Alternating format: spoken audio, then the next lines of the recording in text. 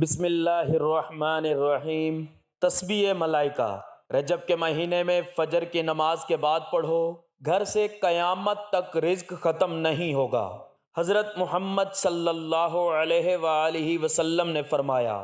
محترم ناظرین، ہمارا آج کا وظیفہ ملائکہ کی ایک خاص تسبیح پڑھنے کا عمل ہے کہ جو شخص رجب کے اس مبارک مہینے میں فجر کی نماز کے بعد ملائکہ کی یہ تسبیح بتائی گئی تعداد اور طریقے میں پڑھ لیتا ہے تو اس کے گھر سے قیامت تک رزق ختم نہیں ہوگا۔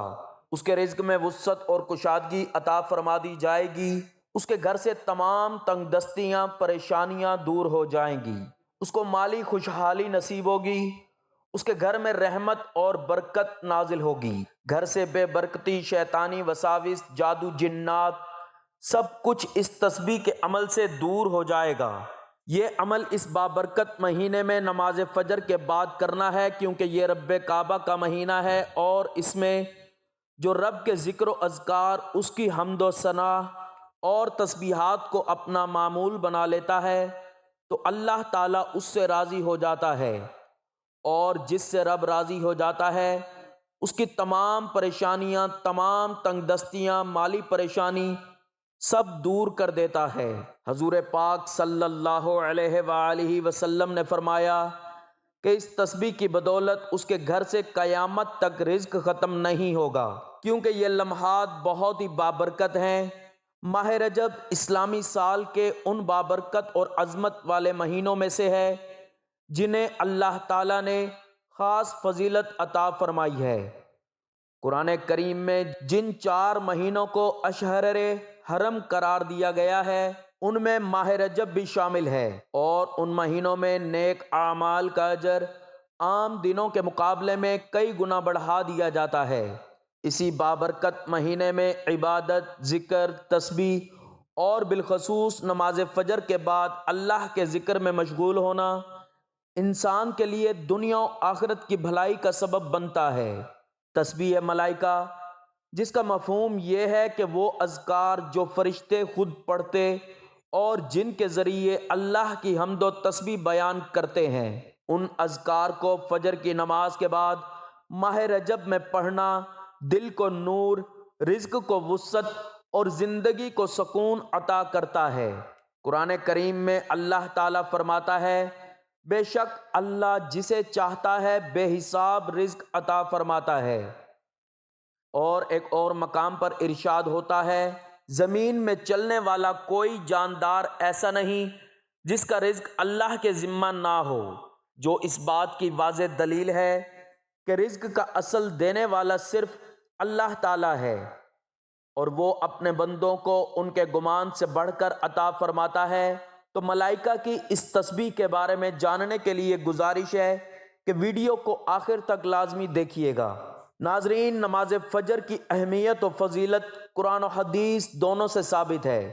قرآن کریم میں اللہ تعالیٰ ارشاد فرماتا ہے، اور فجر کے قرآن، نماز فجر کی پابندی کرو، بے شک فجر کے قرآن پر فرشتے حاضر ہوتے ہیں۔ اس آیت سے معلوم ہوتا ہے کہ فجر کی نماز وہ عبادت ہے جس میں آسمان کے فرشتے حاضر ہوتے ہیں اور بندے کے اعمال کو اللہ کے حضور پیش کرتے ہیں۔ اسی طرح اللہ تعالیٰ فرماتا ہے، نماز قائم کرو، بے شک نماز بے حیائی اور برائی سے روکتی ہے، اور یہ بھی فرمایا، جو اللہ سے ڈرتا ہے اللہ اس کے لیے نکلنے کا راستہ بنا دیتا ہے اور اسے وہاں سے رزق دیتا ہے جہاں سے اسے گمان بھی نہیں ہوتا۔ یہ آیات اس حقیقت کو واضح کرتی ہیں کہ تقوی، نماز اور ذکر رزق کی وسعت اور زندگی کی آسانی کا سبب بنتے ہیں۔ احادیث مبارکہ میں بھی نماز فجر کی غیر معمولی فضیلت بیان کی گئی ہے۔ رسول اللہ صلی اللہ علیہ وآلہ وسلم نے فرمایا، فجر اور عشاء کی نماز منافقین پر سب سے زیادہ بھاری ہے، جس سے معلوم ہوتا ہے کہ فجر کی نماز ایمان کی سچائی کی علامت ہے۔ ایک اور حدیث میں نبی کریم صلی اللہ علیہ وآلہ وسلم نے فرمایا، جس شخص نے فجر کی نماز پڑھی وہ اللہ کی حفاظت میں آ گیا۔ یہ حفاظت صرف جسمانی نہیں بلکہ روحانی، ایمانی اور رزق کی حفاظت بھی شامل ہے۔ مزید فرمایا، فرشتے فجر اور عصر کے نماز کے وقت جمع ہوتے ہیں اور یہ فرشتے بندوں کے اعمال اللہ کے حضور پیش کرتے ہیں۔ ایک اور روایت میں آتا ہے کہ رسول اللہ صلی اللہ علیہ وآلہ وسلم نے فرمایا، اے اللہ، میری امت کے لیے صبح کے وقت میں برکت عطا فرما، اور اس لیے فجر کے بعد ذکر و تسبیح کو خاص اہمیت حاصل ہے۔ ماہ رجب میں فجر کی نماز کے بعد تسبیح ملائکہ اور اذکار کا اہتمام کرنا دل کو دنیا کی فکروں سے آزاد کر دیتا ہے اور انسان کو اللہ پر مکمل توکل کی طرف لے جاتا ہے۔ رزق صرف مال کا نام نہیں، بلکہ صحت، اولاد، سکون، عزت، علم اور دین پر استقامت بھی رزق ہی کی صورتیں ہیں۔ قرآن کریم میں اللہ تعالیٰ فرماتا ہے، اگر تم شکر کرو گے تو میں تمہیں اور زیادہ عطا کروں گا، اور شکر کا بہترین طریقہ نماز اور ذکر ہے۔ اسی طرح فرمایا، تم جو کچھ بھی اللہ کی راہ میں خرچ کرو گے اللہ اس کا بدلہ عطا فرمائے گا۔ یہ آیات اس بات کی دلیل ہیں کہ جو بندہ اللہ کے حضور جھکتا ہے اللہ اس کے لیے رزق کے دروازے کھول دیتا ہے۔ رسول اللہ صلی اللہ علیہ وآلہ وسلم کا معمول تھا کہ آپ صلی اللہ علیہ وآلہ وسلم فجر کی نماز کے بعد ذکر میں مشغول رہتے یہاں تک کہ سورج طلوع ہو جاتا۔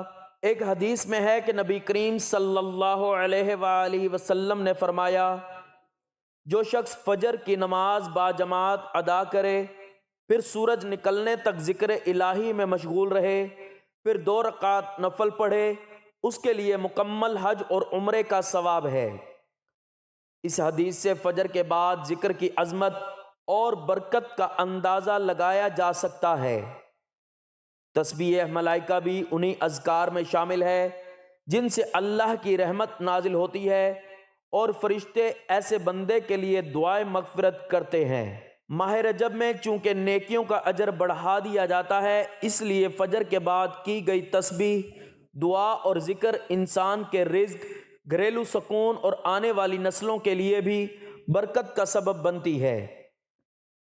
حدیث نبوی صلی اللہ علیہ وآلہ وسلم کا مفہوم ہے کہ جو شخص اللہ سے استغفار کو لازم پکڑ لیتا ہے اللہ اس کے ہر غم سے نجات عطا فرماتا ہے اور اسے ایسی جگہ سے رزق دیتا ہے جہاں سے اسے گمان بھی نہیں ہوتا۔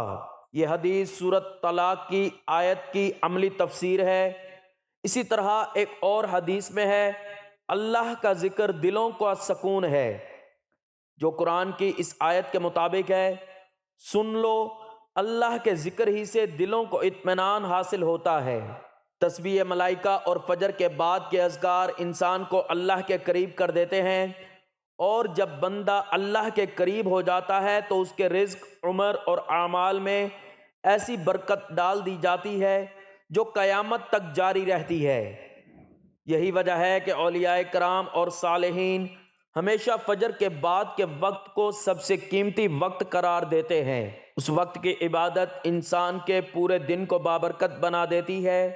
نبی کریم صلی اللہ علیہ وآلہ وسلم نے فرمایا، 2 نعمتیں ایسی ہیں جن کے بارے میں اکثر لوگ دھوکے میں ہیں، صحت اور فراغت، اور فجر کے بعد کا وقت ان دونوں نعمتوں کا بہترین استعمال ہے۔ ناظرین، ہمارے پیارے نبی پاک صلی اللہ علیہ وآلہ وسلم نے ہمیں ایسے مہینوں میں اللہ کی زیادہ رجوع کرنے، ذکر و اذکار کی کثرت کرنے اور فجر کے بعد کے وقت کو خاص طور پر غنیمت جاننے کی تعلیم دی ہے، کیونکہ فجر کے بعد کا وقت برکتوں والا وقت ہوتا ہے۔ ناظرین، جب بندہ رجب جیسے بابرکت مہینے میں فجر کی نماز کے بعد اللہ کا ذکر کرتا ہے تو اللہ پاک اس پر اپنی رحمتوں کے دروازے کھول دیتا ہے۔ یہ تسبیح ویسے بھی رزق میں برکت اور وسعت کے لیے پڑھی جاتی ہے، لیکن جب آپ اسے رجب کے مہینے میں پڑھتے ہیں جو رحمتوں کا مہینہ ہے، بخشش کا اور اللہ کے خزانے لوٹنے کا مہینہ ہے، تو سوچیں آپ کے گھر میں کتنی برکتیں نازل ہوں گی۔ اللہ پاک رزق کی بارش عطا فرماتا ہے، صحت میں برکت عطا فرماتا ہے، دلوں کو سکون دیتا ہے اور زندگی میں آسانیاں پیدا فرماتا ہے۔ اور ناظرین، رزق صرف دولت یا پیسے کا نام نہیں ہوتا، بلکہ رزق یہ بھی ہے کہ اللہ پاک آپ کو محتاجی سے بچا لے، آپ کے گھر میں سکون ہو، آپ کے بچوں کی حفاظت ہو، آپ کے رشتوں میں محبت ہو، آپ کے کاموں میں برکت ہو۔ یہ سب اللہ کی نعمتیں ہیں۔ جب بندہ اللہ پر بھروسہ کر کے خلوص نیت سے فجر کے بعد اللہ کا ذکر کرتا ہے تو اللہ پاک اسے وہاں سے عطا فرماتا ہے جہاں سے اسے گمان بھی نہیں ہوتا۔ تو رجب کا مہینہ اس لیے خاص ہے کہ اس میں مانگی گئی دعائیں رد نہیں کی جاتی، بلکہ اللہ اپنے فضل سے نوازتا ہے۔ تو اس لیے ناظرین، اس بابرکت مہینے میں اس تسبیح کو اپنی زندگی کا حصہ بنائیں۔ فجر کے بعد چند لمحے اللہ کے لیے نکالیں، دل سے ذکر کریں اور یقین رکھیں کہ اللہ پاک اپنے وعدے کے مطابق اپنے بندے کو کبھی خالی نہیں لوٹاتا، بلکہ اس کے گھر میں نور، رحمت اور برکت نازل فرماتا ہے۔ تو ناظرین، آج کے دور میں ایسا شاید ہی کوئی بندہ ہو جو کسی نہ کسی پریشانی میں مبتلا نہ ہو۔ کوئی رزق کی تنگی سے پریشان ہے، کسی کو نوکری نہیں مل رہی، کوئی کاروبار کرتا ہے مگر کاروبار میں برکت نہیں، کوئی مزدوری کرتا ہے مگر مزدوری پوری نہیں ملتی، کوئی قرض میں دبا ہوا ہے، کوئی بیماریوں میں گھرا ہوا ہے۔ الغرض ہر کوئی کسی نہ کسی آزمائش سے گزر رہا ہے۔ تو ناظرین، اگر آپ بھی ان پریشانیوں میں سے کسی ایک پریشانی کا شکار ہیں تو رجب کے مہینے میں فجر کی نماز کو کبھی بھی ترک نہ کریں۔ فجر کی نماز ویسے ہی وہ نماز ہے جس کے ساتھ رزق اور برکت کا خاص تعلق ہے۔ جو بندہ فجر کی نماز پابندی سے ادا کرتا ہے، اللہ پاک اس کے رزق میں وسعت عطا فرما دیتا ہے۔ اور جب آپ فجر کی نماز کے بعد رجب جیسے بابرکت مہینے میں یہ تسبیح پڑھیں گے تو سوچیں اللہ پاک آپ پر کس قدر کرم فرمائے گا۔ تو ناظرین، یہ وہ تسبیح ہے جسے تسبیح ملائکہ کہا جاتا ہے، اور اس تسبیح کی برکت سے اللہ پاک اپنے بندوں کو وہاں سے رزق عطا فرماتا ہے جہاں سے انہیں گمان بھی نہیں ہوتا۔ آپ نے وہ واقعہ ضرور سنا ہوگا کہ ایک صحابی نبی پاک صلی اللہ علیہ وآلہ وسلم کی خدمت میں حاضر ہوئے اور رزق کی تنگی کی شکایت کی، تو آپ صلی اللہ علیہ وآلہ وسلم نے انہیں تسبیح ملائکہ پڑھنے کی تلقین فرمائی۔ جب اس صحابی نے اس تسبیح کو اپنا معمول بنا لیا تو اللہ پاک نے انہیں اتنا عطا فرمایا کہ وہ لینے والے سے دینے والے بن گئے۔ ناظرین، اللہ والوں کا ایمان اور یقین اتنا پختہ تھا کہ وہ رزق کے حوالے سے اللہ تعالیٰ پر اس قدر یقین رکھتے کہ انہیں در در جانا نہ پڑتا۔ آج کے دور میں ہر بندہ پریشان ہے، ان لوگوں کے سامنے اپنی مشکلات، اپنی پریشانیاں، رزق کی تنگی بیان کرتا ہے، لیکن اس کو ذلت اور رسوائی کا سامنا کرنا پڑتا ہے، جبکہ جو کائنات کے ذرے ذرے کو رزق دینے والا ہے اس کے سامنے اپنی ضرورت و حاجت پیش نہیں کرتے۔ اسی حوالے سے ایک روح پرور واقعہ ہے۔ یہ واقعہ امام احمد بن حنبل رحمۃ اللہ علیہ کی زندگی کے ان ایام کا ہے جب وہ علم حدیث کے حصول کے لیے سفر میں تھے۔ وہ نہ کسی امیر خاندان سے تھے، نہ ان کے پاس کوئی ذخیرہ تھا، بلکہ ان کا سرمایہ صرف توکل، تقوی اور اللہ پر کامل یقین تھا۔ ایک مرتبہ وہ ایک شہر میں داخل ہوئے، رات ہو چکی تھی، مسجد بند ہو رہی تھی۔ امام احمد رحمۃ اللہ علیہ نے مسجد میں رات گزارنے کی اجازت چاہی، مگر خادم نے اجازت نہ دی اور انہیں مسجد سے باہر نکال دیا۔ امام احمد رحمۃ اللہ علیہ مسجد کے دروازے کے پاس بیٹھ گئے، نہ شکایت، نہ غصہ، نہ کسی سے سوال۔ اسی اثناء میں ایک غریب سا نان بائی روٹی بنانے والا وہاں سے گزرا۔ اس نے امام احمد رحمۃ اللہ علیہ کو دیکھا اور پوچھا، اے مسافر، آپ یہاں کیوں بیٹھے ہیں؟ امام احمد رحمۃ اللہ علیہ نے مختصراً حال بیان کر دیا۔ نان بائی نے کہا، آئیے میرے ساتھ، آپ میرے گھر ٹھہر جائیں۔ نان بائی جب روٹیاں گوندھ رہا تھا تو امام احمد رحمۃ اللہ علیہ نے غور کیا کہ وہ ہر لمحہ استغفار کر رہا تھا، زبان مسلسل استغفر اللہ، استغفر اللہ۔ امام احمد رحمۃ اللہ علیہ نے پوچھا، بھائی تم کب سے استغفار کر رہے ہو؟ نان بھائی نے جواب دیا، برسوں سے، میں نے اسے اپنا معمول بنا لیا ہے۔ امام احمد رحمۃ اللہ علیہ نے پوچھا کیا تم نے اس استغفار کا کوئی اثر بھی دیکھا؟ نان بھائی مسکرا کر بولا اللہ کی قسم میں جو دعا مانگتا ہوں اللہ قبول فرما لیتا ہے سوائے ایک دعا کے۔ امام احمد رحمۃ اللہ علیہ نے پوچھا وہ کون سی دعا ہے؟ نان بھائی نے کہا میں برسوں سے دعا کر رہا ہوں کہ اللہ مجھے امام احمد بن حنبل کی زیارت کرا دے مگر یہ دعا ابھی تک پوری نہیں ہوئی۔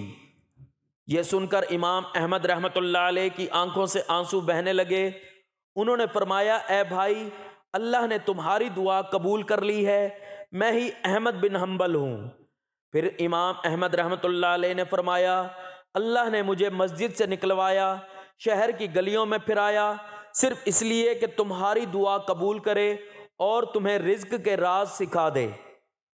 یہ واقعہ ہمیں سکھاتا ہے رزق صرف پیسے کا نام نہیں، رزق عزت، ملاقات، سکون، قبولیت اور وقت پر مدد بھی ہے۔ استغفار ایسا عمل ہے جو بند دروازے کھول دیتا ہے۔